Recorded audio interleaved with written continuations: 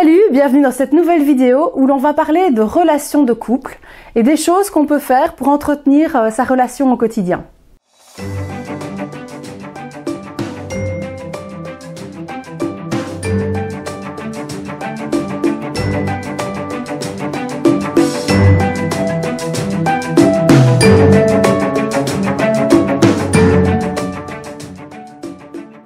Bonjour à toi, j'espère que tu as passé une excellente semaine. C'était la Saint-Valentin, si tu es en couple, tu l'as peut-être fêté en semaine ou alors ce week-end. Et justement, ce sera le thème de cette vidéo. La semaine dernière, j'aurais voulu participer à un événement entre blogueurs organisé par Géraldine du blog Heureuse dans sa tête et dans son couple. Le thème, c'était les pratiques, les choses qu'on fait pour souder son couple. Voilà, la semaine dernière, j'avais de nouveau la grippe, c'était impossible pour moi d'écrire un article là-dessus, j'avais pas l'énergie, j'étais pas assez bien. Mais voilà, je me rattrape maintenant et ça tombe bien puisque voilà, c'était la Saint-Valentin, c'était le thème de cette semaine. Donc on va voir un petit peu mes conseils, les choses que je fais pour en tout cas voilà, que ça se passe bien dans mon propre couple.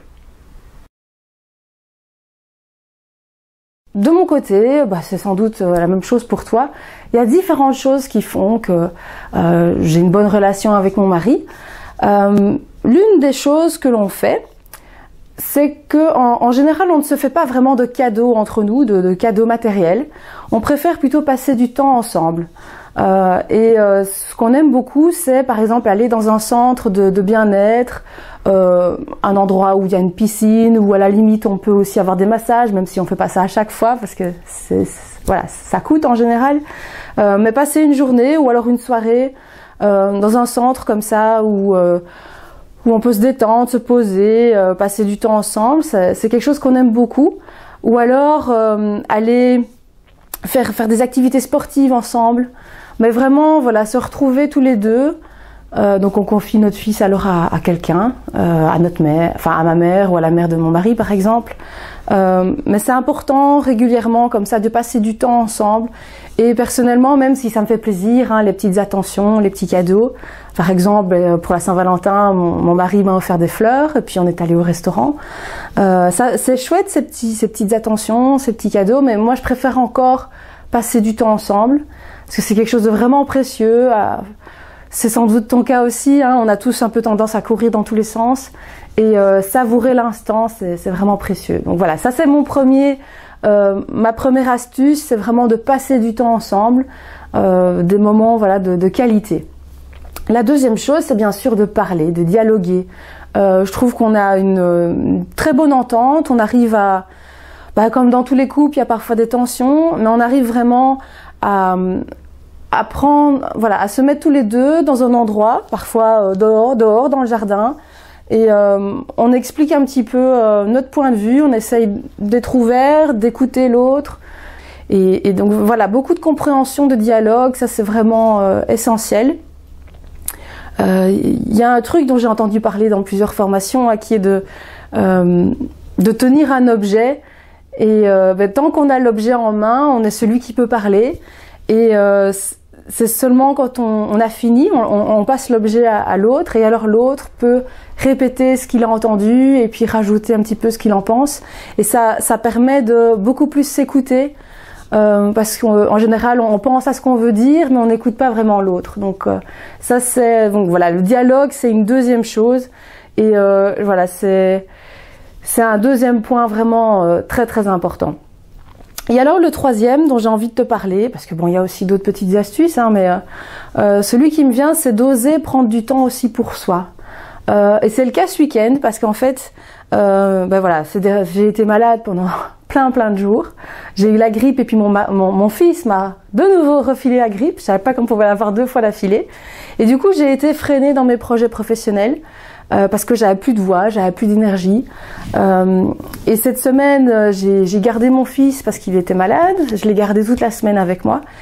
Et à un moment donné, voilà, au quotidien, je suis extrêmement sollicitée.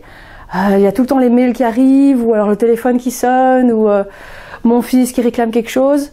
Et par moment, j'ai besoin de me retrouver seule. Et je crois qu'on a tous ce besoin. Et que c'est important de s'autoriser à avoir du temps seul pour se ressourcer, pour faire des choses qui sont importantes, pour avancer dans ses projets, pour se détendre, passer du temps avec des amis, ce qu'on veut, mais oser prendre ce temps seul, parce c'est bénéfique pour tout le monde. Ça va me permettre, voilà, j'ai fait plein de choses ce week-end, c'est ce que j'avais fait il y a quelques semaines, et ça m'avait fait un bien fou, et je crois que c'est bon pour tout le monde, parce qu'alors ça me permet de me ressourcer, et d'être plus agréable avec mon entourage. Voilà, c'est un peu comme on dit avec Mars et Vénus, les hommes et les femmes, où l'homme va dans sa caverne. Et ben, par moment, moi aussi, j'ai besoin de me retrouver. J'adore passer du temps toute seule, surtout en soirée. Ça remonte un petit peu au temps où j'étudiais. J'aime beaucoup ça, et voilà, oser de temps en temps. Avoir ces moments seuls, c'est vraiment génial. Et donc je remercie ma maman qui a accepté de s'occuper de mon fils, et mon mari qui est allé chez sa mère et puis qui va passer du temps avec ses amis aujourd'hui. Voilà, ça demande aussi, oui, de la compréhension en couple, mais je crois que c'est important que chacun ait ses activités, donc voit des amis ou quoi. Donc, moi, j'ai aucun souci, c'est aussi un élément important à ce que mon mari aille au cinéma ou fasse une activité avec des amis ou seul. Je crois que chacun a besoin de sa petite bulle, de se retrouver, et qu'alors on se retrouve encore mieux. Donc voilà, les trois choses auxquelles je pense. Donc passer du temps ensemble, du temps de qualité. Ensuite, pouvoir dialoguer, vraiment s'écouter, mettre à plat les incompréhensions. Et troisièmement, oser prendre du temps pour soi, et des deux côtés, quoi, que chacun puisse se ressourcer pour qu'alors on se retrouve avec encore plus de plaisir. Voilà, j'espère que ça t'aura inspiré, et je te donne rendez-vous la semaine prochaine pour une nouvelle vidéo ou un nouvel article, on verra. Salut!